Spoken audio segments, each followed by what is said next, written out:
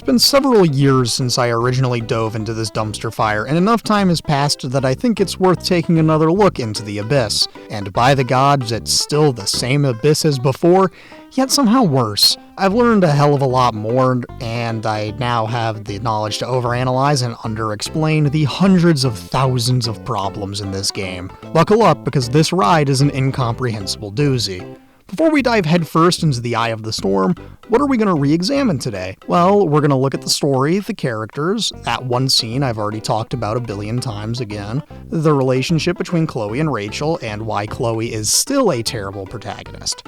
But wait, there's more! New to this slightly deluxe remake essay includes the additions of needless sections on why The Tempest was an awful choice for this narrative and what to replace it with, a comparison to an eerily similar piece of media, is this really the worst game ever made, and what I would do to fix this narrative, maybe with some surprises if I'm feeling generous. Grab your graffiti markers and start blaring your extremely forgettable rebellious teen music and start up your beat-up truck, because it's time to take a trip down to Arcadia Bay.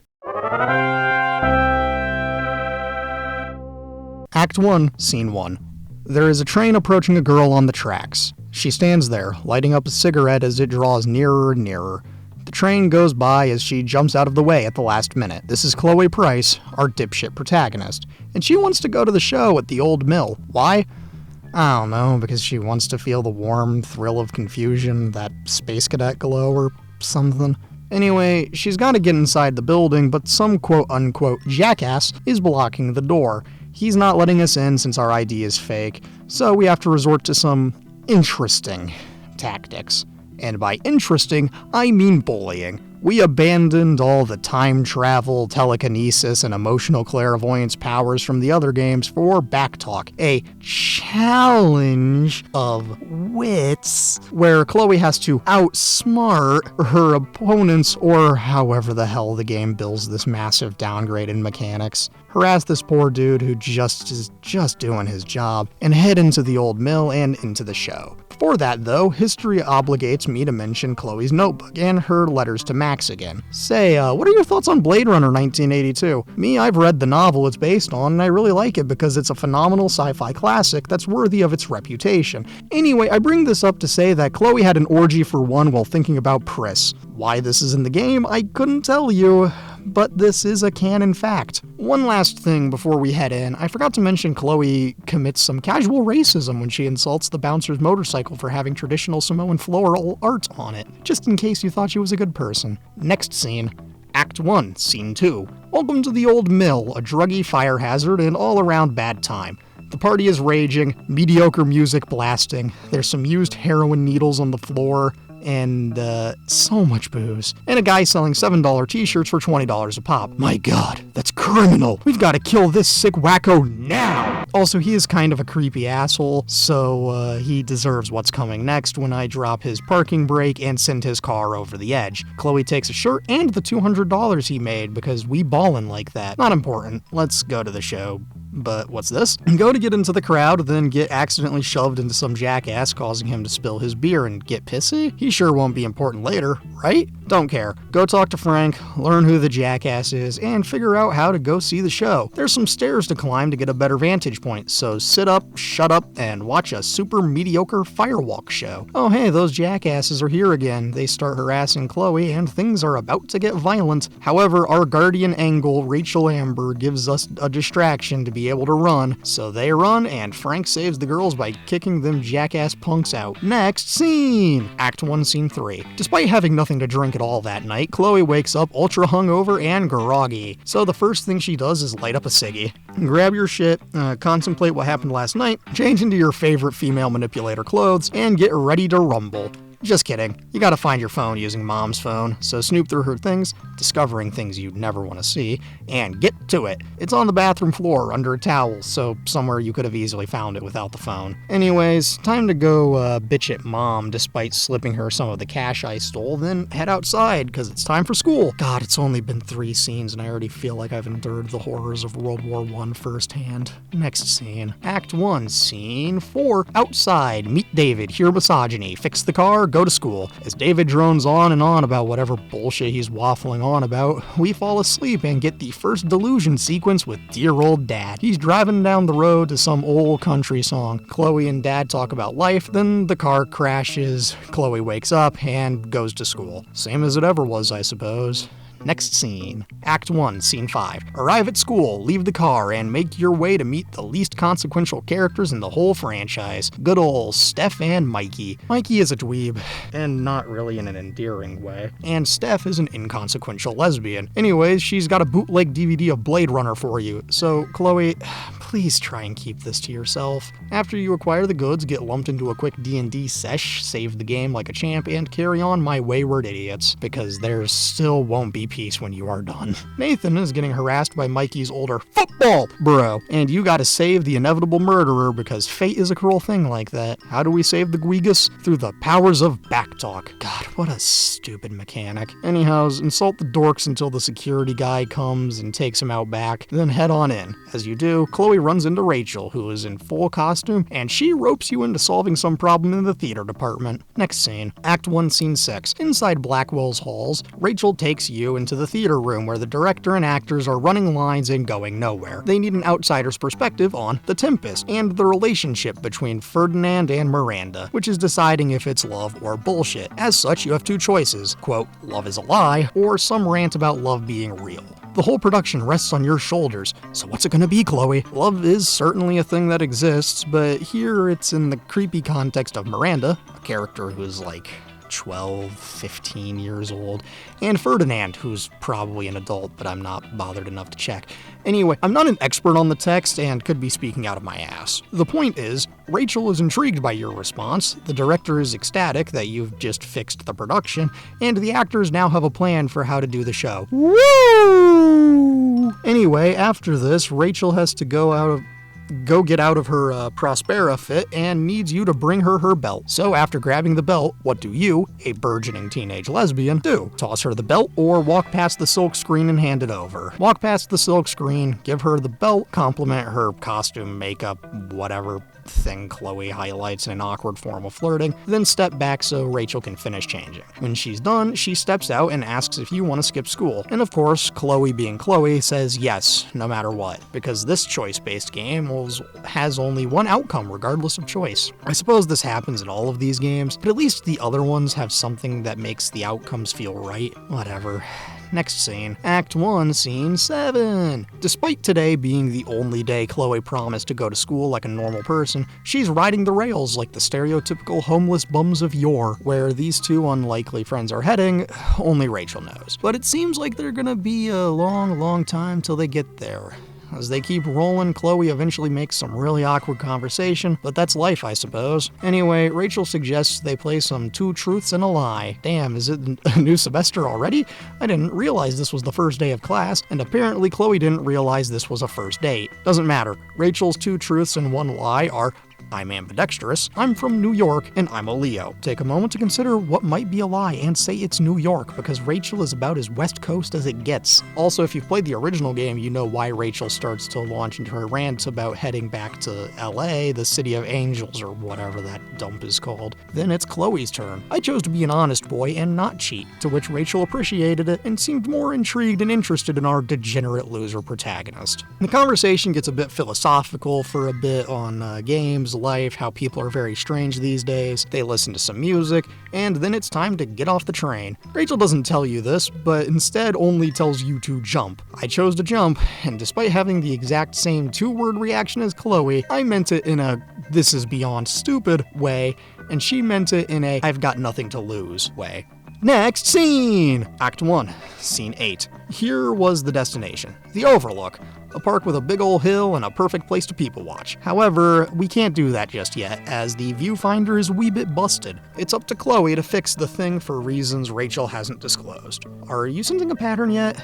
Yeah, me neither. Anyways, we gotta scrounge around to find some stuff to pry open the viewfinder, which is done easily by examining a nearby bench, taking the plaque off, and using that to pry. Or you could take a quick detour to learn of a nearby couple's incompetence and use this to your advantage later for reasons we do not fully understand. Back on the rails, fix the viewfinder and begin the old making up people's story improv game, because Rachel is a theater gay, and of course we have to have these games here. Keep screwing around until Rachel gets weirdly hostile and aggressively pushing for some booze after seeing this Kyle MacLachlan looking ass dude talking to a strange lady. Chloe doesn't get it, but hey, it's an opportunity to drink, so she'll happily oblige. And here is where that couple from earlier comes into play. They've got wine, we want to steal it.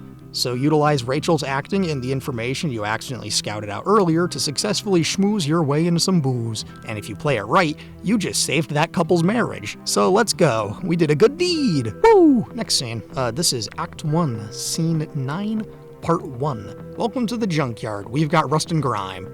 Here in Chloe's home away from hell, we've got a very pissed off Rachel and a dumbass who wants to make her feel better. Chloe's baseball bat bash doesn't go over well, and Rachel loses her shit, thus sending Chloe into another mental breakdown over how everything's my fault. She'll take all the blame, aqua sea foam shame, sunburn, freeze or burn, choking on the ashes of her enemy in the...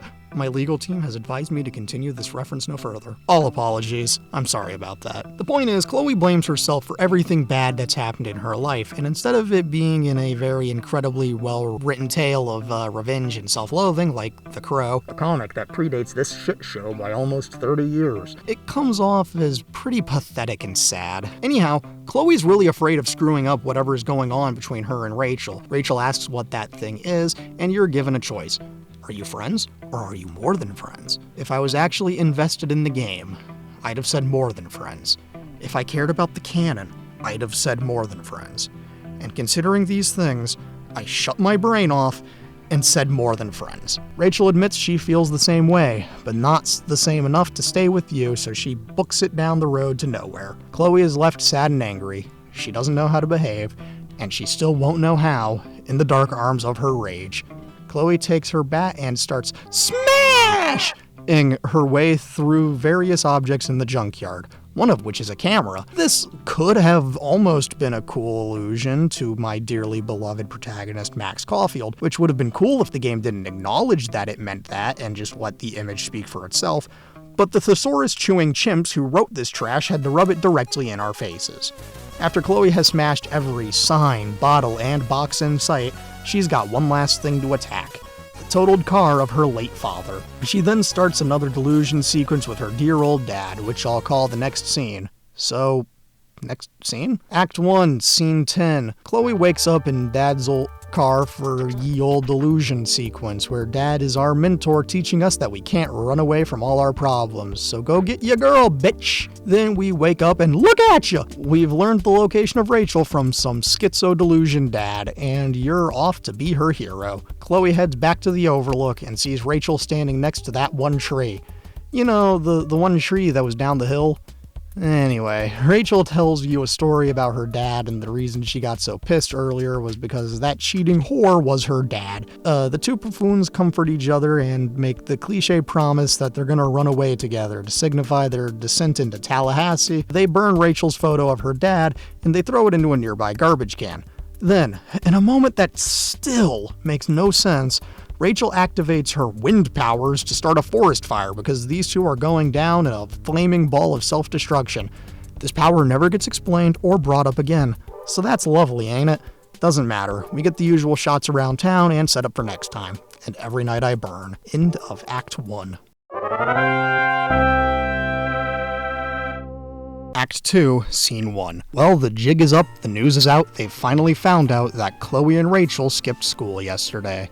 The day of reckoning is upon them, and it's time to face the consequences. For Rachel, a first-time offender with rich parents and a heart of gold who'd never do this kind of thing, she's only getting removed from her leading role in The Tempest on opening night, which I understand as a punishment, but holy shit, you just screwed everyone else over for nothing. Anyhow, on a less important note, Chloe, the repeat offender, is at risk of expulsion, which really would be doing the world a favor. Rachel then tries to take the fall, but I believe that the show must go on, which is to say that it's pointless to deny destiny from occurring. I shut my brain off once again and let Rachel perform at the cost of meeting destiny for the first of many times. The two get sent off, promise to meet each other later in the junkyard a few blocks from here, and Chloe gets sent to clear her locker out. She does clear it out, and graffitis the absolute hell out of the bathroom that will one day be where destiny catches up with her. Regardless, next scene.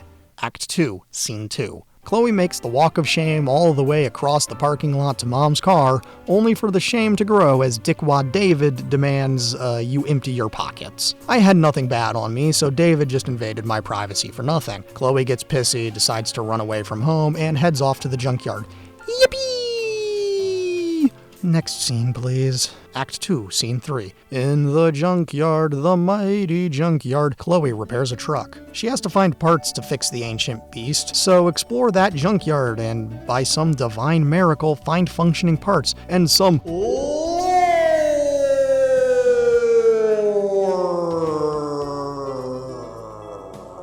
By lore, I mean you can find some references to the original game, like the Elvis bobblehead. Doesn't matter though. Fix all the easy shit like the hole in the ground, or the floor, the burnt out cabin light, and covering the seat with a towel so it's a little more comfortable. And after all that back-breaking labor, it means it's time for Chloe to take a smoke break. And apparently she worked so hard she passed out, so that's something special. Have a dream delusion dad encounter, talk to him about fire, without the walk with me. Get jump scared by dad's Two-Face / Gus Fring cosplay, and wake up to Rachel telling you off for falling asleep while smoking. Next scene! Act 2, Scene 4. Rachel plays armchair therapist while Chloe is talking about her life and issues from expulsion to step douche to Max Caulfield slander, all that jazz. They switch places, Chloe learns some new things about Rachel, then Rachel has to go to the show, what with being the leading lady and all. As she heads out, she gives Chloe she gives Chloe a duffel bag full of all sorts of fun things for a runaway. Or not before asking if Chloe will hang out with her after the show. Chloe agrees because you're not getting a choice this time. Anyways, Chloe sets up shop in a nearby tool shed, decorating it to her heart's content. And you're given the chance to change your clothes if you'd like, or you can put on the same fit again if you're nasty. Chloe puts on the same fit again, and Frank needs something from Chloe, so she's gotta wait up until he pulls up. Next scene. Act 2, Scene 5. Frank is here. The RV pulls up, that lady from yesterday that kissed Rachel's dad, Special Agent Cooper, emerges and leaves before you can ask her some questions. Sure, you could have chased her down and ignored Frank, but you can't make that choice, so into the Crystal Starship it is then. On the road, ask Frank about the woman, get an extremely hostile reaction, and realize it ain't worth the trouble of asking. Frank sends you to go get his little black book from the back of the RV, so you do and get jump scared by a puppy for your troubles. Retrieve the book, regardless, and ask Frank what he wants from you. What he wants is quite simple, really. All you have to do is rob that football bro from episode 1. You know, Mikey's older brother. Apparently he sells drugs to the football team since, like the mining men of Appalachia, they have them Oxycontin blues. And for your troubles, you'll get all of your debt to Frank wiped and a nice easy 10% of the cut. So you accept the offer and get dropped off at Blackwell. Next scene. Act 2, Scene 6. Back on campus, we get a whole lot of filler and not a lot of killer. There's some puzzles, some character interactions, like your second of 3 interactions with Steph, the inconsequential lesbian, and a puzzle with What's-His-Face, the photography bro from the first game. That and one of the maybe like 5 times you get to use backtalk ever in the game occurs when you have to talk your way into the dorms. Once inside, you can snoop around some of the open dorms if you'd like. You can find the one singular reference to Warren in an email here.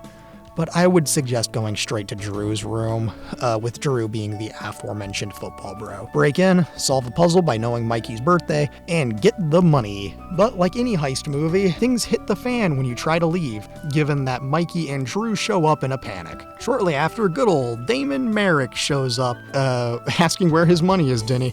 What'd you do with this f***ing money?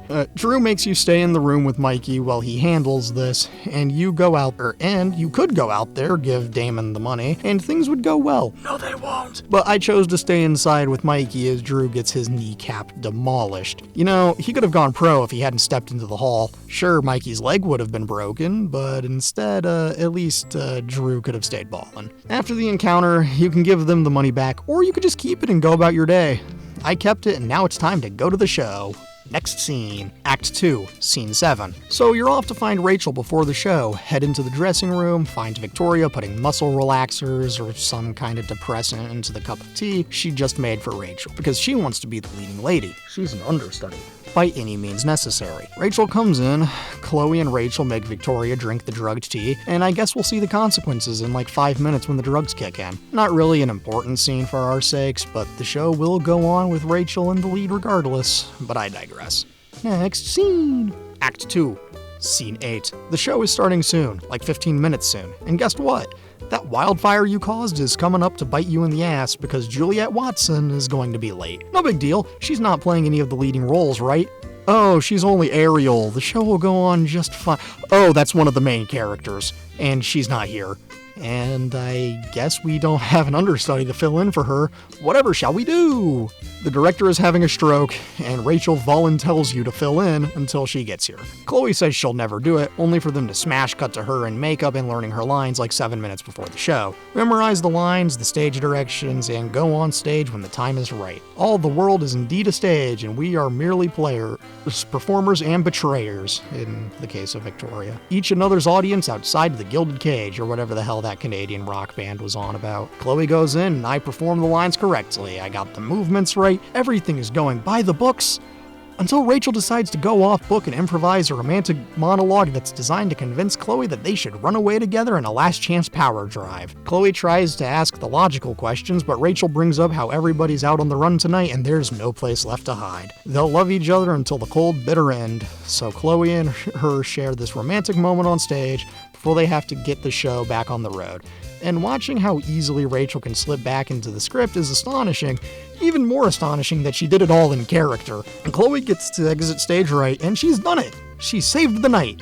Nathan Prep Scoop, however, ruins the night while playing Caliban. Boom. After the show has run its course, Chloe gets dragged out on stage for the big bow. Everyone loves it, except for Nathan, who is a laughingstock. Act 2, Scene 9. After the show, it's time to go home, but first it's Chloe and Rachel's post-show date night. They meander through the empty suburban streets, they talk about the events of the day and how Chloe totally saved the show. They walk and eventually Rachel holds out an arm, so what do you, as a burgeoning teenage lesbian, do? You take her hand. It's been a very good moment so far, so good job, writers. I can't wait to see how you ruin this. Oh, you ruined it immediately after a beat of silence by having Rachel get back into the plot. You shouldn't have. No, really, you shouldn't have. Chloe offers some very reasonable responses as to why they shouldn't go, but Rachel has a retort for all of them, so you can't win. Chloe eventually succumbs to Rachel's demands and says they'll go. But where will they go? Well, you have 3 options, and for each of the 3, you get some delusional scenario that's supposed to be sweet. Chloe is still skeptical, though, so Rachel asks what it'll take you to convince you that y'all should leave tonight. You can pick from a bracelet, a tattoo, a kiss, and crucifying the insincere tonight. Of course, you could pick any number of those things, but narratively only one makes sense. And given how I've played the game, it could only be one, the most obvious choice. Crucify the insincere tonight. We'll make things right, we'll feel it all tonight. We'll find a way to offer up the night tonight. The indescribable moments of your life tonight. The impossible is possible tonight. Believe in me as I believe in you. Try and stop me now, legal team. Sorry, where was I? Smashing Pumpkins tonight? Oh, right. Chloe says that in order to convince her to go, Rachel needs to kiss her under the falling ash rain. Chloe can barely stammer out the request, but Rachel gets it and they kiss. According to the wiki, since I had a romance score higher than 6, there's a second, more passionate kiss. They kiss as the ash rains down in several sweeping camera angles, and eventually they pull apart and agree to run away tonight. So Rachel needs to pack a bag at home, so she and Chloe run back to her house, hand in unlovable hand. And this is where the episode should have ended, but no, we've got to inject a plot point to keep them in Arcadia Bay for a little bit longer. Next scene, Act 2, Scene 10, but actually this time. I'm illiterate. Sorry. Oh boy, time to meet the parents. Surely this will go well, right? Well, Rachel heads upstairs to pack her bags, and you both get caught by her parents, who invite you to sit and have dinner. Rachel whispers for you to be on your best behavior and not fight her parents while she packs up. So oblige her parents' request. Help set up the table, place the plates, glasses, light the candles, grab your coat since the cellar door is an open throat, all that shit. Rachel comes down conveniently right as you finish, and now it's time for a Sawyer family dinner. I choose to have Chloe sit idly by, not making the situation worse, but Rachel decides to start the fire again when her dad sets her off. Rachel asks about the woman he kissed, if she's his mistress or some shit, and Agent Cooper says, quote, "No, that would be your mother." And the episode ends on this bombshell reveal. End Act 2.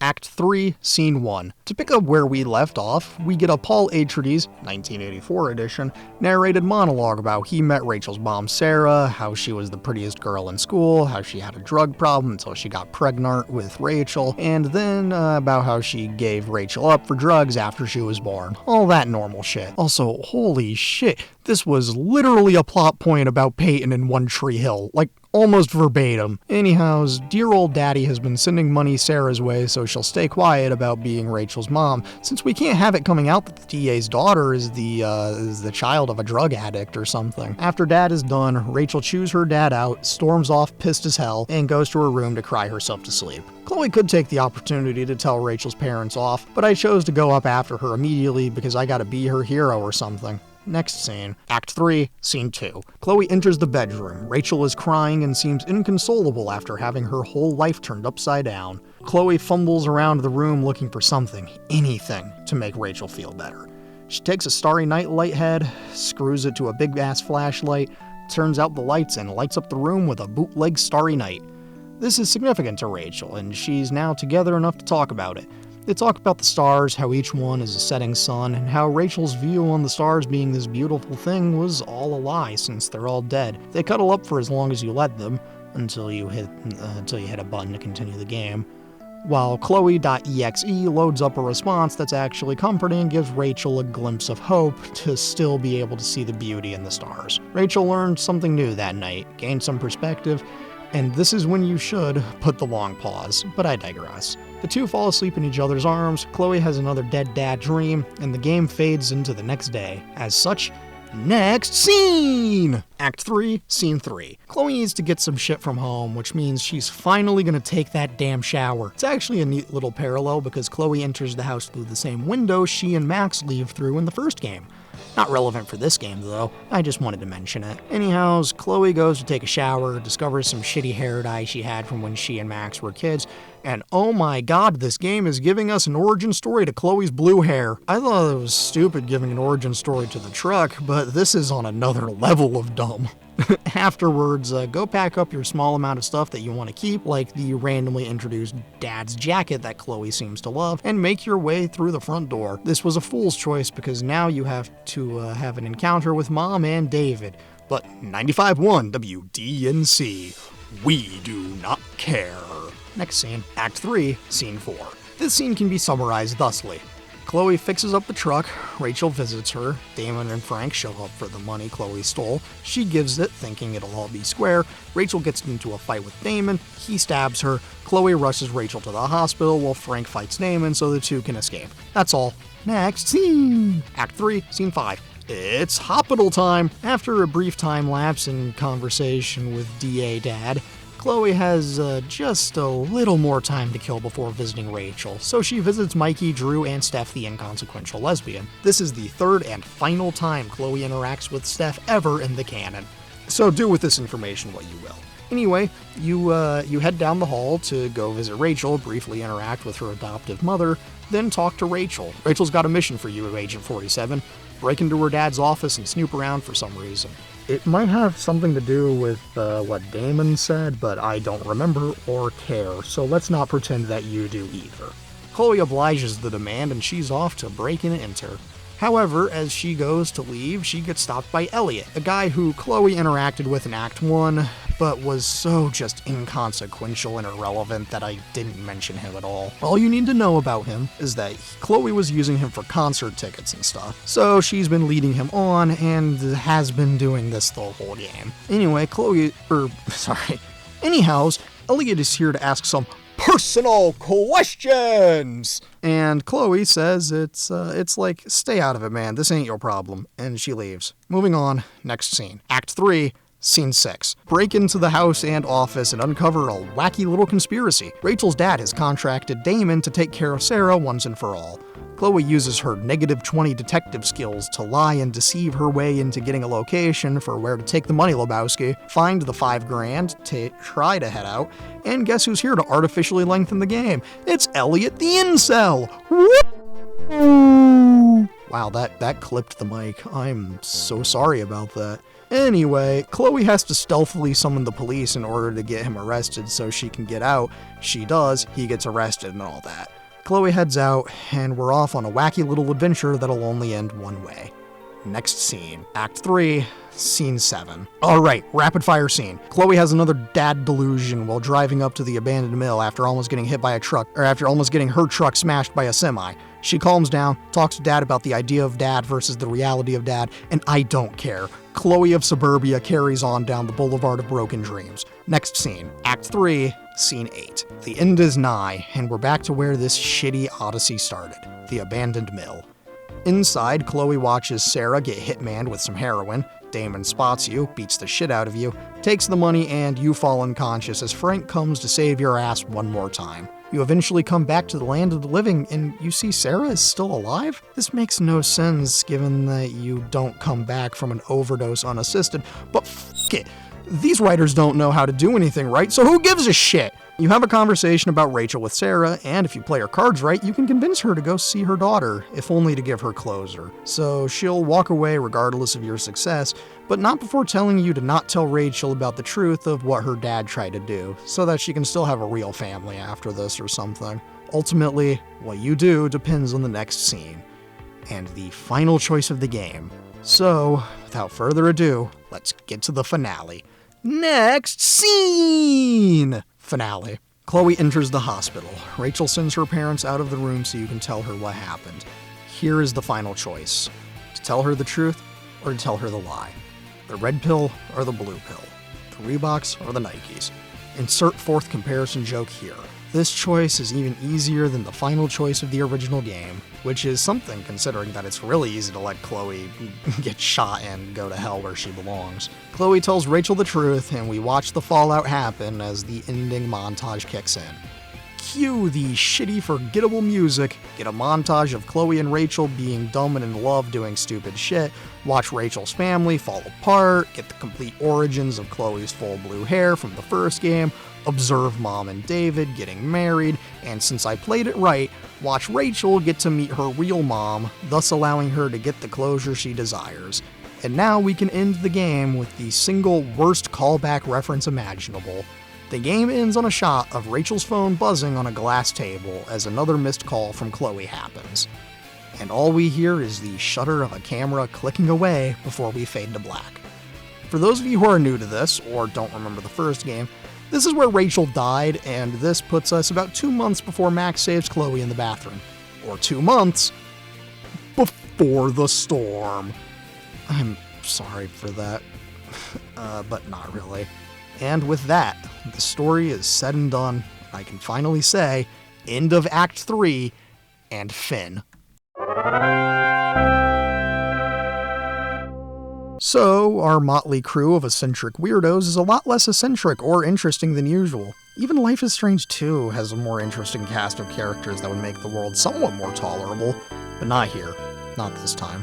So let's look back at the characters in this play and discuss. Some of them have some worth, and some of them don't. I mean, Frank serves zero purpose in this narrative, but he's an interesting character in the larger Life is Strange universe, and I somewhat appreciate what they did with him here, even if it's not entirely canon. More on that later. First on the block is Steph. Oh, Steph. Wasted potential is such agonizing sorrow, and this seems to be your defining characteristic besides being a lesbian. When I originally covered this game, I hadn't played True Colors yet, and now that I have, I can say Steph had a glow up and did achieve character growth, but she's not my favorite.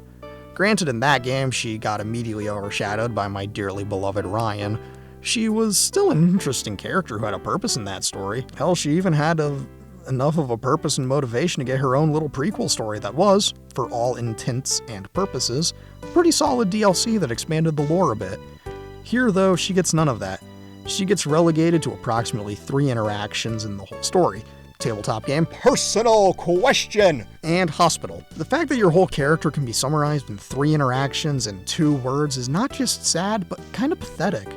Sure, I'm glad you got to evolve in a later game, but I just don't care. You're a low B-tier character at best, but here, you're completely forgettable and inconsequential. And of course, where would I be if I didn't mention the pathetic attempt at having a character that's just Hal from Megamind, but worse. Elliot is anyone's worst nightmare, because he's an incel cuck redditor soy boy, a self-proclaimed nice guy, a creep, a weirdo, the kind of guy you see and ask, what the hell is he doing here? His ass does not belong here. I think you get the point. Sure, Chloe was leading him on the whole time for her own gain, but that doesn't warrant this kind of shit. But I get why he was there for the narrative. However, he was clumsily introduced only in 3 scenes, and we never got the sense that he was going in this nice guy TM direction, because he just wasn't there. Can you tell me what the pattern for side characters in this game is? And if you said not on screen enough for the audience to get a good sense of their character, then you guessed right. I'd also have accepted the answer of them being completely shoehorned awkwardly and having no real impact on the overall narrative. Either answer is good, and you'd get a gold star if I had any. Anyhows, the actual point of Elliot is that he was a non-character in this story. He was an object to artificially introduce drama in Act 3, Sing for the Damage We've Done and the Worst Things That We'll Do, in a way that felt unnatural. Seriously, I had kind of forgotten about him up to that point in the story, and him following Chloe when she's off to get the ransom money is absurd and pointless. He's not established, he's not memorable, he's a random dumpster fire MacGuffin that feels right at home in a play written by a high school theater gay trying their damnedest to make a social commentary for a project, and failing miserably because they just don't get the concepts of playwriting yet, so they get a C- and a little comment from the teacher that asked if they're doing okay, because they're normally a straight A student, and they've been seeming a little withdrawn and depressed lately because their parents are getting a divorce because their mom is cheating on their abusive alcoholic dad with her hot middle-aged coworker Craig from accounting, who's married to mom's friend Brittany that works for the district attorney, and it seems like they could use a little help. Editor's note, if it wasn't clear none of that needlessly elaborate story was real, I did not live that experience. I had a completely normal high school experience. Thank you. So, dear old dad deserves a mention here. Despite being what I call a schizophrenic delusion, he is an integral character in the narrative. William is not a character in the greater Life is Strange canon, however, he does represent a recurring archetype for the series, given the existence of Gabe in True Colors and Rachel to a much lesser extent. None of that matters though. What does matter is that William is one of the few aspects of this game I can appreciate. I like Dad. Even if the narrative would have been a hell of a lot cooler if Dad was only revealed through environmental storytelling, like the music he owned that Chloe now listens to extensively in an effort to feel some sort of connection to her recently deceased father that she barely got to know. I mean, that'd be way too clever and rewarding for this narrative, so delusions it is then. Then I suppose the last real character to mention here is Rachel's dad. I don't know what shared daddy issues the writers of the Life is Strange series have, because in all of the games except Life is Strange 2, the big twist villain is a father/father figure to an integral NPC. In Life is Strange, it's Mr. Nutellabeard and his son Nathan. In this one, it's Rachel's dad. And in True Colors, it's Ryan's dad. Coincidence? I think not. But that's just a theory.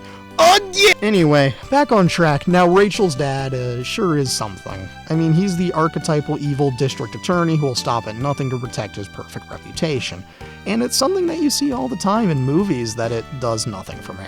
None of these games ever really have great villains, but as they're usually a better character study than anything, but this just feels the least meaningful. I miss you. Compare Rachel's dad to Mr. Jefferson, and at least Mr. Jefferson's twist made sense and was morbidly interesting. Here we get an overdone cliche that just makes me wish the big twist was something stupid like him having a heart attack mid-signing his divorce papers, or maybe a car crash that would bring Chloe and Rachel together over the shared dad dying in a car crash trauma. I don't know. Anything would have been more interesting than what they did here. There's other characters here too, like Frank or Mikey, but I don't have too awful much to say about him. Joyce was good as per usual, David is an ass as per usual, and all this game had going for it was a single reference to my dearly beloved Warren in an email that could have been an email. Wait a minute. Doesn't matter. The point is, it's not easy to write great characters, but it's easy enough to make passable characters, and even easier to make bad characters. That said, it's a challenge to write characters this bad. Like, even the worst teen dramas of the late 90s and early 2000s had better characters than this. You have to try to make something this awful, and maybe this was their way of getting some dumbass to review their game critically almost a decade later. But I guess we'll never know. Can you spot the glazed ham reference? That's right. You'd think that I'd be sick of talking about the same damn scene over and over again, but nope. I have to talk about the small victories I can, and I sure do love repetition. But like the other Glazed Ham remake essay on Life is Strange, I can talk about it better now, and I will. I'm gonna keep the same general beats as before, but hopefully I can convey why this scene is good on a technical level and not just the emotionally charged rant from before the storm. I'm so sorry for that joke, that was awful. The scene in question is Act 2, Scene 9. Which is legitimately a good scene until the writers messed it up by injecting the plot into it. That said, if you ignore that part, a tall order I know, it's a great scene for a myriad of reasons, most of which are technical, actually. To start, the camera angles for this scene are pretty solid. The framed shots of suburbia in the first third of the scene are honestly pretty cool establishing shots. They look nice visually. The close-ups we get are alright, good for establishing the blooming intimacy between the two, but the big sweeping camera movements during the big kiss are where it's at. Those shots that felt grand and cinematic work beautifully and capture the feeling of the moment as they should be. The dialogue before we get back to the plot shit is honestly pretty solid. It feels natural for some dumbass theater kids riding off the high of a performance going well, and it would be endearing if there were any characters other than these two. I mean, of course, the dialogue falls apart the moment the plot shit comes back into it, i.e. direct quotes, "Let's leave, for real," and "You said you wanted to skip town and never look back. Like I said last night, let's do it," which sucks comparative to all that it might have been. But whatever, the shit we get has some glimmers of what could have been in a great scene with how naturalistic the dialogue occasionally is. So, some miscellaneous mise-en-scène shit to address includes the background noise, which are great for establishing the quiet and sleepy sounds of suburbia at night, and are well implemented here. The setting too is actually quite nice, and it's entirely because I'm a sucker for this kind of setting in film, because there's something so magical about the night. Probably something about how empty it all becomes and how there's nothing but you and the streetlights to keep you company as you meander aimlessly. But I digress. Here, the setting is great, and it's as it calls back to the typical teenage American dream of running away with the person you love and leaving the suburbs where you grew up kind of shit. But this time, the ash rain adds a neat visual layer because it almost looks like snow, and I'm a sucker for snow. It makes for some good photos, okay? I never want to trash an actor's performance, and this may just be an issue with the remastered version, but Chloe sounds a lot like Joshua from Joshua and the Promised Land, director Jim Lai in 2004, which is a terrible 50-minute Christian animated film with some awful audio mixing, and I think it might just be a problem here. It sounds a little strange, but what do I know? This whole game has some audio issues, so I wouldn't be surprised. You know, this scene is like 3 unrelated songs getting mashed together to make something that could have worked perfectly if done by the right people, but came out just okay in reality, but was brilliant compared to the rest of the dumpster fire that surrounds it. This is like if Born to Run, Sprawl 2, and Give Me Novocaine / She's a Rebel were combined. Technically 4 songs, but you get the point. Actually, throw in a little Tonight for good measure. See, all of these songs are great on their own, and if you combined the themes about young love, running away together, the night, the suburbs, and all that, you could make a powerful rock ballad out of it with some punk added in for good measure. and that'd feel perfect for a character like Chloe. But instead, someone messed it up along the way, and that's tragic. If you're not as familiar with any of those songs, don't worry, but go ahead and listen to Born to Run by Bruce Springsteen, Sprawl 2 by Arcade Fire, Tonight Tonight by Smashing Pumpkins, and the album American Idiot by Green Day, because all of those songs fit perfectly for this game's themes. However, this game feels like all of those themes getting implemented very clumsily and by someone who couldn't quite piece together why those things could work together. Anyway, I feel like I've been a little too negative towards the writers, so let me give them a break with my thoughts on what they did right. I will say that in terms of this being the big cinematic moment in the narrative, they did a really good job of it, of making this feel down to earth and natural. In so many pieces of media, the first kiss is always super dramatized, and I get why. It's often a big moment of character growth, or used because it's the last time they'll ever get to do that. For example, trashy teen dramas like Dawson's Creek and One Tree Hill use this all the time, actually, because you can have characters fight over seeing one another kiss the person they like and all that shit. For the other type of this moment, you have things like Drive, or the original Life is Strange, where the protagonist kisses their love interest before they go off to save the day and never see them again. In the case of Drive, it's because Ryan Gosling has to leave town after brutally killing the mob, and in LIS, it's because Max has to go back in time to save the world, so Warren will never get to know how she really feels since this timeline is going to be wiped due to time travel shenanigans. But here, it's just a simple thing. Sure, it's in the context of convincing Chloe to run away with Rachel, but it feels normal and real, which is a positive aspect of the game. There's a reason I rank this so highly on the Life is Strange Kiss the Girl moments tier list, and that's because it's a good moment. In fact, it's the only good moment in this game, and with some small tweaks like removing the plot-based dialogue and just letting this moment stand alone, it'd be a great moment. But as it is, it's a good moment and a disaster. Kind of like the 2 days where Grandpa's condition gets a lot better and then he dies immediately after. That's what this moment is in this game. Morbid comparison to be sure, but you know what I mean. It's the biggest glimpse of what could have been in this game, but that, my friend, is a problem for a different day. Ah, Chloe and Rachel, my favorite representation of mutually assured destruction. Now, I'm gonna make a comparison here that I've already made before, and if you're an astute reader and viewer, whatever, you'll have noticed a myriad of references to this one particular thing sprinkled into this essay. That thing is Tallahassee by the Mountain Goats, which is my favorite example to pull when I want to talk about bad relationships that only end one way. Chloe and Rachel are star-crossed lovers, which, contrary to the popular usage of the term, means that they're fated to end in death or tragedy. In this regard, we see why the more obvious, and objectively better, choice for the school play should have been Romeo and Juliet, but that's too cliche, so they had to pick the one that's inciting incident is a storm solely based off of the fact they couldn't pass up the opportunity to reference the storm from the original game. Sorry about the tangent, let's get back to the point. Chloe and Rachel are terrible people that are perfect for each other and no one else. They each make each other worse and perfectly enable the bad behavior of the other, all on their way to their shared demise at the hands of Nathan Prescott. That said, they don't do each other any favors on the way to that. However, back to Tallahassee, the lyrics within that album line up perfectly with this game. I can't say if the writers of this game were aware of the album, that came out well before their game, but the resemblance to certain events is uncanny. To start, let's look at the most popular song on the album, No Children. I'm not going to sugarcoat it. The lyrics, quote, "And I hope the junkyard a few blocks from here someday burns down.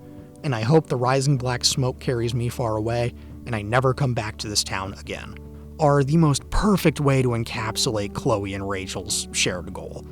I mean, where does Chloe go after she decides to run away? The junkyard a few blocks from here. The goal of Chloe and Rachel? Never coming back to this town again.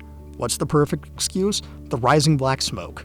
It's quite simple, and if you time it right, the song fits perfectly over the ending of episode 1, and works as brilliant foreshadowing of what's to come after this game. Now, the general themes of these two's relationship has been one of tragedy and self-loathing.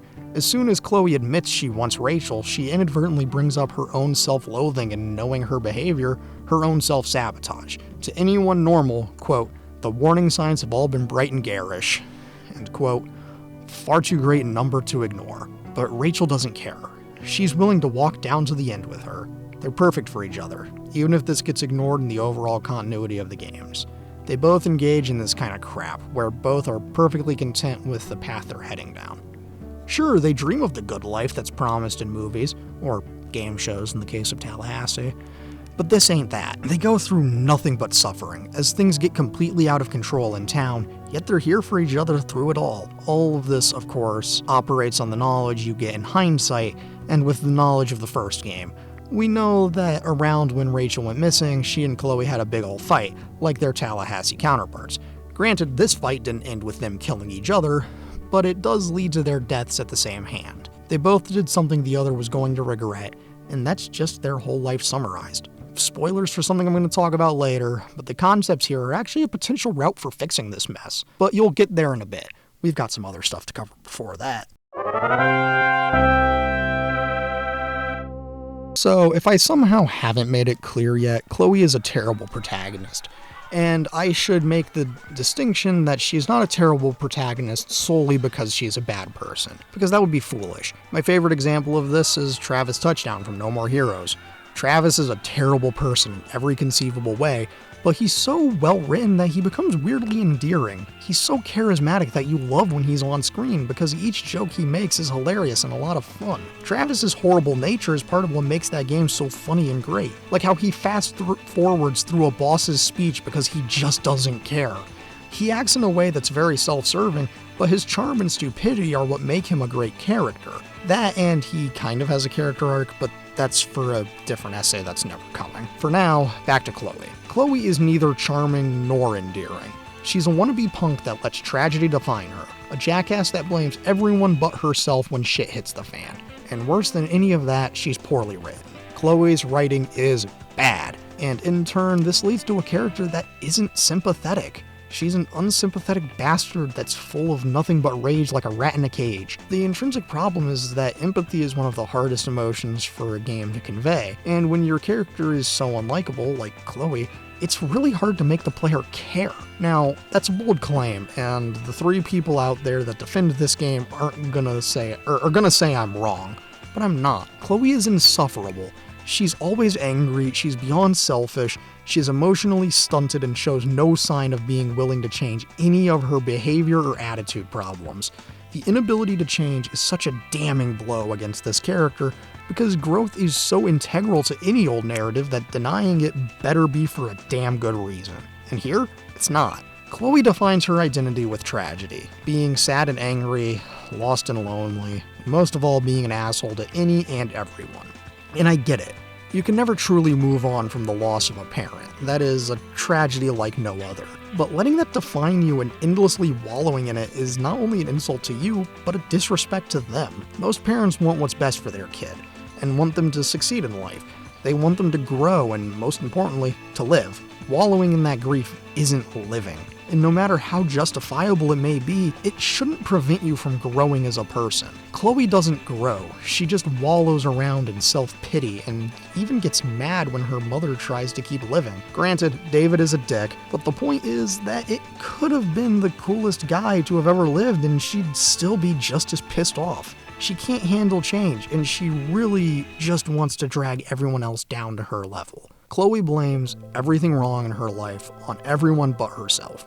She blames David for tearing her family apart, even though she seems to be doing a damn fine job of that herself. She blames Max for abandoning her at her lowest point in life, when in reality Max had nothing to do with that. Her parents decided to move away before William died. And then, if we look at the first game, Chloe emotionally abuses Max for leaving her and uses Max's powers for her own gain, whether financially or just to find her missing girlfriend. In the first game, she blames Rachel for driving them apart, when in reality, Rachel just wanted to see someone else. Every action seems to be against Chloe in her mind, so she gets mad at the world, and thus we're back to the vicious cycle that's what made her completely insufferable in the first place. I'll grant you this, Chloe isn't a simple character, but dear lord is she unlikable, unsympathetic, and awful. She has a lot of layers of shit to her character, which is commendable because of how each layer manages to get worse than the last. If their goal was to make a terrible character and provide an example of negative representation, then I guess they hit it out of the park. But if they wanted to make a good character, then they struck out looking. I'll admit that Chloe is a fascinating character to study, but man, she is a terrible, terrible character. There's an endless list of movies, shows, albums, hell, even games that explore the ideas of young love, running away together, and being star-crossed idiots much better than this. And you know what? You know what that means. It's comparison time, bitches! Woo! Obviously, I've already mentioned Tallahassee, so I won't repeat it here. But there's some things I should mention, like the most glaring comparison to a much better thing, and as such, the classic 1950s film Rebel Without a Cause, starring the late great James Dean. Rebel Without a Cause is a film all about belonging, young love, tragedy, and that old desire to run away together. Or some shit like that. I haven't watched this movie in a long, long time. But it's a good one. Of course, the most iconic scene of this film is the "You're tearing me apart" speech, but its origins is a common misconception. See, this is actually a reference to the 2003 film The Room, and the scene where the main character Johnny confronts his cheating fiance and says, "You're tearing me apart, Lisa!" And Rebel Without a Cause shamelessly stole this line 48 years earlier. Anyway, the film is a quintessential coming-of-age movie that explores the ideas that this game does much better. Jim Stark, female love interest, editor's note, her name is Judy, and repressed homosexual best friend, editor's note, his name is Plato, all come from broken homes with bad family dynamics, and what do they inevitably do? Run away into an abandoned mansion where Jimmy and Judy kiss for the first time, and Plato can shoot a gang member for plot reasons I don't remember. Anyway, the point is, this comes after another big confrontation between Jim and his parents when they say they're gonna move again after Jim got into a game of chicken that quickly turned deadly. We kinda see this here if you consider the following. The discovery of Sarah is a stand-in for the game of chicken. The junkyard is the stand-in for the mansion they run off to. Damon is the stand-in for the gang, and the plethora of confrontations with the parents of Chloe and Rachel is self-explanatory. The point is, these narratives are far too similar for this to be a coincidence. And you know what? The 50s version of this story does it so much better. Rest in peace, James Dean. Another thing that comes to mind when dealing with this travesty is any number of that 90s/2000s alternative crap like Via Verde or Michael Romance. See, this gets into a music thing, and I can tell you that if this game had the budget of LIS2 or True Colors, they'd have licensed some shit like American Idiot or Jesus of Suburbia, because those sure seem to be like Chloe's anthems. Chloe is not an actual Christ figure, pretty far from it actually, but one of those songs seems to match up perfectly here. I mean, Chloe sure is a Jesus of Suburbia, a forgotten loser that's been left to, quote, fall in love and fall in debt to alcohol and cigarettes, and Mary Jane to keep me insane, which are all three things that Chloe loves in life, and are why she's personally so poor. And of course, she's running away from pain when she's been victimized, and her story is just another tale from a broken home, so she wants to leave, right? That's oversimplifying it a bit, but you get the point. On an unrelated note, if this game had done something I'll talk about at length later, consider this a teaser for the Fix the Unfixable section, and used the music a bit better to help aid the story, it'd actually be pretty bearable. If they had used music as a means of Chloe connecting with her departed dad, you could have included some more dad rock tracks like Bruce Springsteen's Born to Run. It would make the beat-up truck have a different meaning. It would not only get the music or get the running away together point across musically, but it would also serve as a means of Chloe getting to know her dad. On the surface, it's the classic example of teens running away in cars the American dream always seems to dictate, and that timelessness of their situation and desires. But underneath that, you get to understand Chloe's dad better in a way that doesn't even have to show him. You get that he had the same rebellious feelings as Chloe does now, and that tells you so much about his character without having to say anything else. Anyway, I don't want to get too ahead of myself, so just keep this in the back of your head. Alright? The school play in episode 2 is something I've kinda glossed over, as I hadn't read The Tempest, and today, I still haven't read it, but I read the French remake of it called Une Tempête, A Tempest in English, because I was forced to read it for a class. As such, I will be using the knowledge I've gained from this class as why using The Tempest in this narrative has a really negative impact.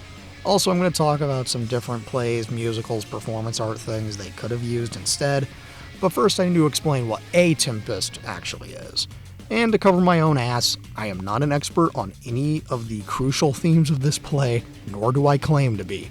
This is all a pretty surface level reading of this because I don't have the time, interest, or motivation to really get into anything that isn't my main argument. Cool? Cool. So, a big thing of A Tempest are the dynamics between Prospero and Caliban and Ariel. Why? Good question, because A Tempest is all about colonialism and the dynamics between colonizer, Prospero, and colonized, Caliban and Ariel, while also commenting on the differing approaches to fighting for civil rights through violent resistance, Caliban, or through peaceful resistance, Ariel. That's the basics of the play. And if you'll turn your attention back to Before the Storm, guess who Rachel played? That's right, Prospero. And who did Chloe play? Ariel. Now they're performing the original version of The Tempest, but these themes are still present there, just not as at the forefront as they are in A Tempest. So consider this, a play that's really about colonialism being used to portray a romance between the actress playing the colonizer and the actress playing the colonized, and do you see why this is a weird issue? This is a weird-ass move, and I guarantee the only reason the writers chose this play was because A, it's public domain, and B, the name fits the game because a tempest is a storm, and this game is called Before the Storm. That, and they just really could not resist using the line, "Hell is empty and all the devils are here," because they thought it sounded cool. They didn't even get past the second scene of the play before they stopped.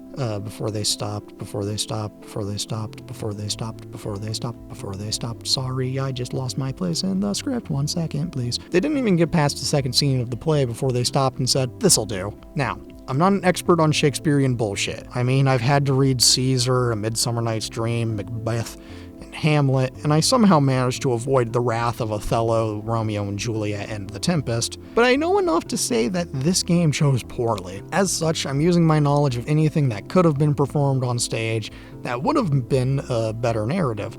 So we'll start with reasonable and get absurd, shall we? The obvious choice they should have gone with was Romeo and Juliet. I mean, you don't need the audience to have even read the damn thing to get the point across, because they know the general beats. I know if you read into it, there's 1,000 problems with using this narrative here, but do I look like I give a shit? No, I'm bringing this one up because it's an effective way to bring the play with romantic tensions into it that would also foreshadow the deaths of Rachel and Chloe perfectly. So, as a talentless hack fraud, it would convey exactly what you need it to do. It's also public domain, there's no rights to be acquired, all is well.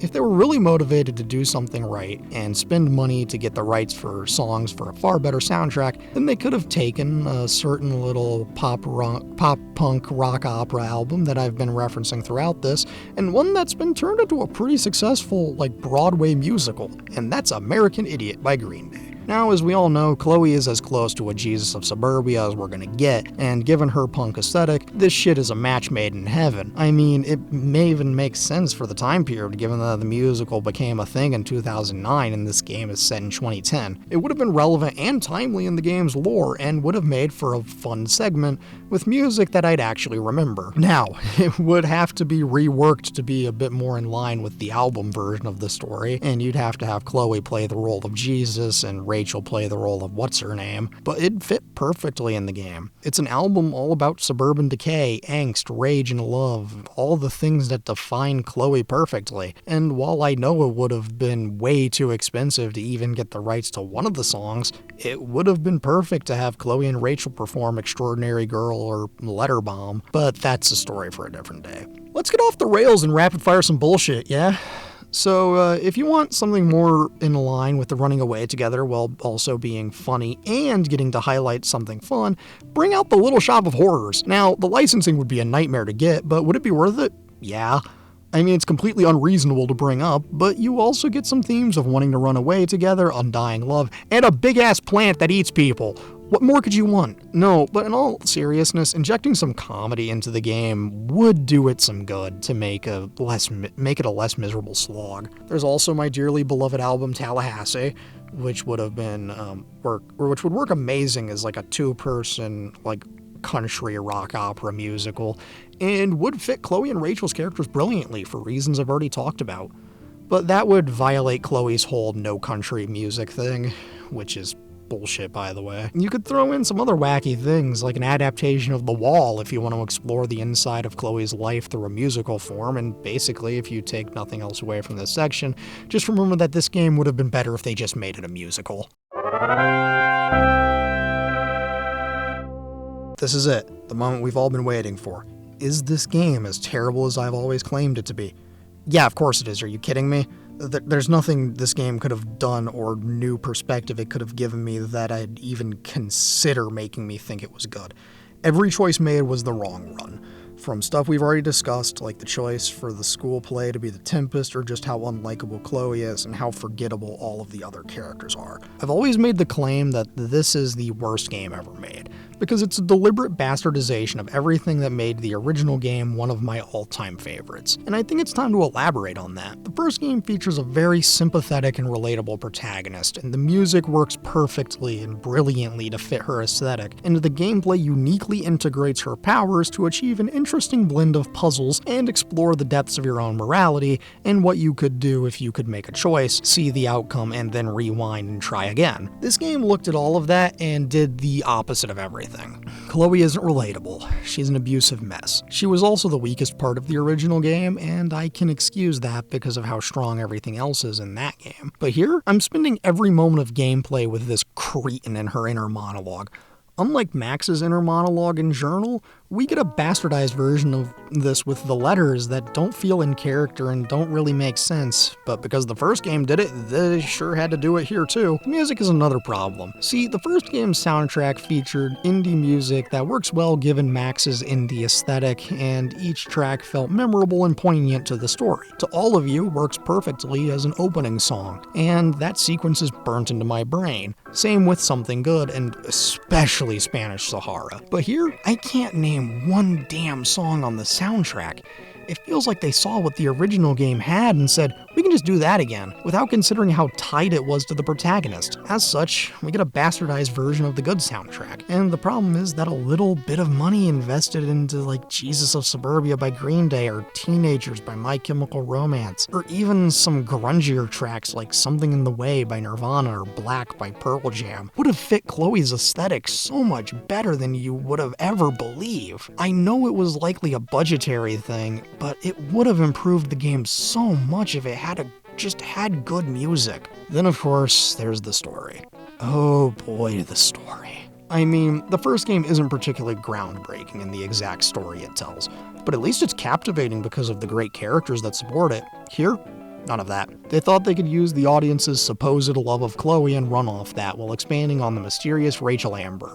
You know, that corpse from the first game that we only got to know from documents and the fragments of memories we were given by Chloe. Anyway, in this game it feels like they didn't try nearly as hard to create a narrative that held the same weight as the original, and in part this may be because it's a prequel where we know that Rachel and Chloe have to survive until at least 2 months before Max comes back to town, hence the tension of Rachel getting stabbed didn't mean shit. Rewinding time is such a cool mechanic for a narrative-driven game. I wonder what the sequel is going to use as its unique device for making this narrative go forward. What's this? We're getting rid of the power entirely? Who thought this was a good idea? Seriously, the deliberate move to make bullying the central mechanic was a bold strategy that never paid off, because it feels half-baked and underused. The first game made excellent use of time travel to help make the player feel like they were being smart and setting up events to go in their favor, or to learn information and right previous wrongs, and even save lives. But I can count on one hand the amount of times this game uses backtalk as a mechanic. It's like 5 total. It's laughable just how much of a non-mechanic it is. I mean, they could have used Rachel's apparent Wind Waker powers, because that would have been neat. You know, maybe cause some chaos or something. I don't know, anything would have been better than what they actually did. None of this matters, though. The game is what it is, but I'm gonna bitch about it because this game is an insult to the franchise, and it's fascinating to see what went wrong. It's astonishing just how many wrong choices they made here, and I think you might get why by now. If you don't, then maybe consider rewatching some parts of this, or you're a brain-damaged troglodyte who thinks Chloe is a good or compelling character. Anyway, I think I've got one more section left in me, and this is going to be a fun one. Strap in, because it's time to do the impossible task of fixing the unfixable. Next scene!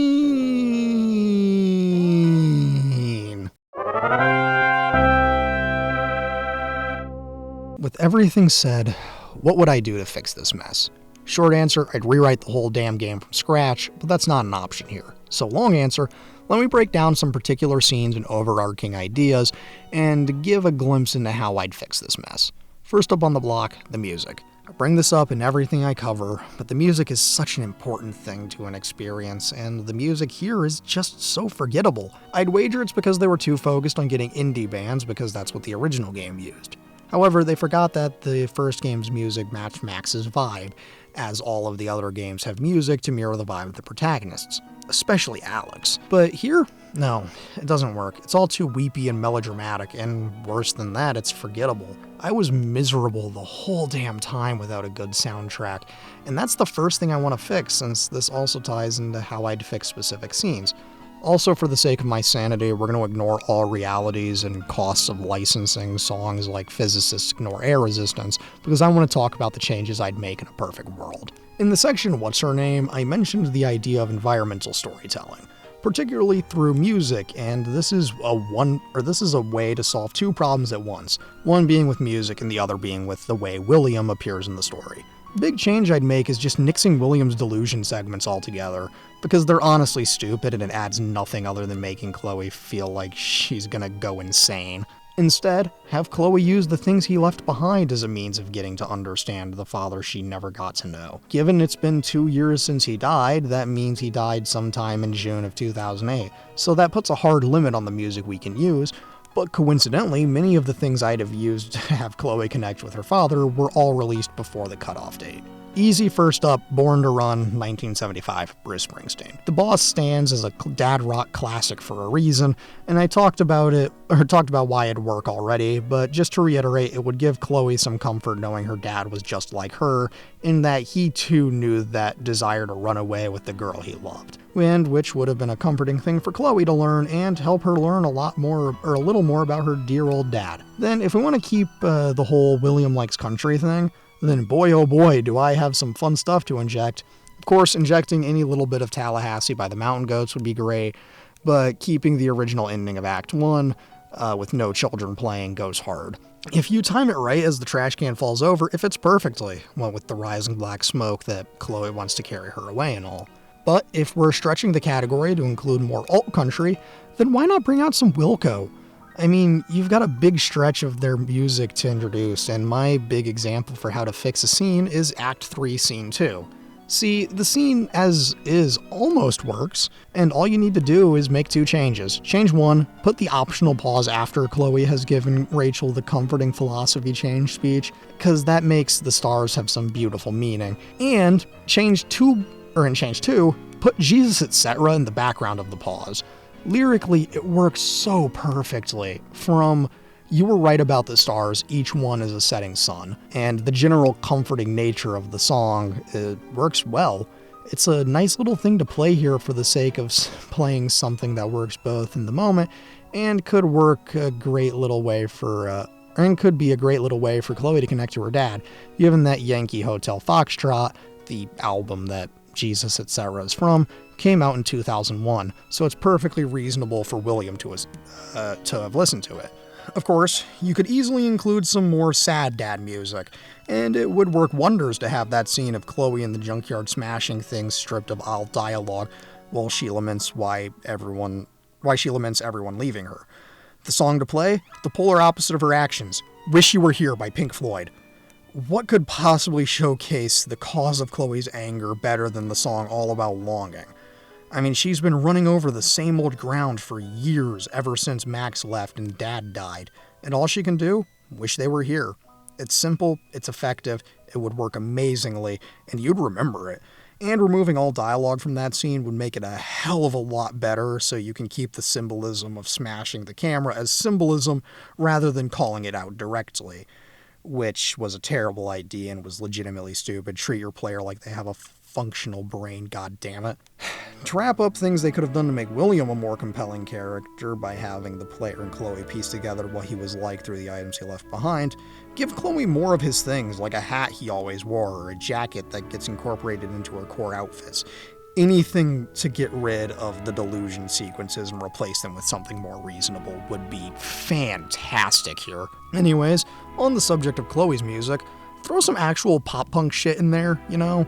Make the song she shares with Rachel mean something, or say anything about her rebellious nature. During the train scene in Act 1, for example, have Chloe play something like What's Her Name? Why? Because that fits Chloe's vibe, and it says a lot about her fraught relationship with her former best, and honestly only, friend Max, right? It tells us how hard she's tried to move on and forget her, but can't, which will work well as a potential indicator to Rachel that Chloe needs a friend or some shit, what do I know? Giving Chloe a more 2000s Hot Topic soundtrack would work great for her character, because that's who she is at her core. If she lived somewhere near a Hot Topic, you'd bet your ass she'd be in there all the time. Past that, bring in some more interesting musical things, stuff that makes Chloe feel like the misanthropic wannabe punk that she is. Make me believe that she's on her way to becoming the self-destructive loser we all know and hate. Give her anything else than what they give her here. I'd personally include a bit more on how out of place she is here in Arcadia Bay, given that this is a central theme. Whether it's through having her get bullied by more people on campus, or her just being an asshole to everyone. Which she already is, but I'd say amplify it to really drive that point home. Anything other than what they did would be fantastic. As it is though, I feel like Chloe just whines about her home rather than really doing anything about it, which blows. Moving on, another change I would make would be reworking the ending. I really think the conversation with Sarah was pointless and was there to pad the runtime. Sarah took an overdose like it was nothing, and I'm sorry, I don't care how much heroin you've done, your ass doesn't just come back from an OD unassisted. Sarah should be dead, and I, for the longest time, believed that she was, and that this was a delusion Chloe was having, akin to the scenes with Dad. But I guess I'd been wrong for the past 4 to 5 years. That said, I think keeping Sarah as dead would make the narrative a little less dumb and would streamline everything. If they really needed to pad the runtime, then I'd add a scene of Chloe driving back to the hospital where she contemplates her option on what to tell Rachel, whether 'tis nobler in the mind to spare her the agony, or 'tis nobler to tell the truth. Have Chloe compare this to her relationship with her dad, and whether or not she'd want to know if he did anything horrible, and have this internal conflict where she wonders if it's more ethical to preserve Rachel's idea of her dad to spare Rachel from becoming like her. This could make the ending where you tell the truth have a more sinister tone, because it means Chloe is acting selfish and wants to bring Rachel down to her level, right? Just anything to give the ending scene some more weight than how it's currently presented. There's a myriad of other changes I would make, and one day I will make these changes. One day I will completely remake this game and make a good version of it. Mark my words, the Glazed Ham cut will happen. I'll eventually remake the original and make a third game in the Arcadia Bay anthology to truly connect all 3 stories, but that's a project for a much different day, and one I'll be keeping to myself. Take my suggestions with a grain of salt, and party on, dudes!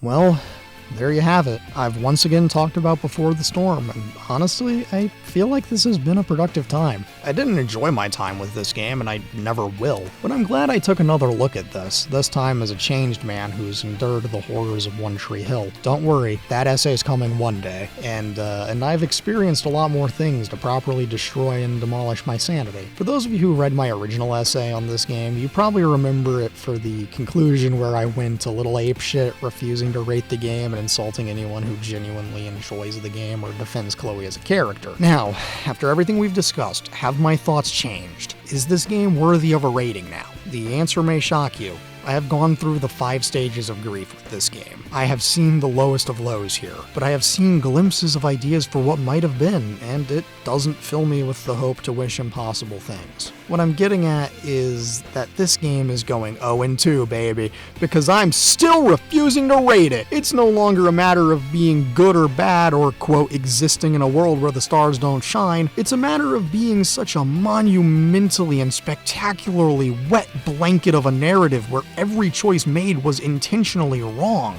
It's astounding just how incompetent this game is. Especially since this is the same studio that go on to make Life is Strange True Colors, the objective best game in the series. This really is a fascinating trash heap, so perhaps a different Roger Ebert review has a better quote for this. To quote his review of Pink Flamingos from 1972, note, I am not giving a star rating to Pink Flamingos, because stars simply seem not to apply. It should be considered not as a film, but as a fact, or perhaps an object. Roger Ebert. This, my dear reader, is a perfect distillation of how I feel about this game. It's not a game, but a fact. Or more aptly, an object. Life is Strange Before the Storm is a game that exists, and that's the best thing I can say about it. Anyways, my name is Leg of Glazed Ham, and thank you for reading this remake essay and watching this video. It always means a lot. Thanks again, and good night!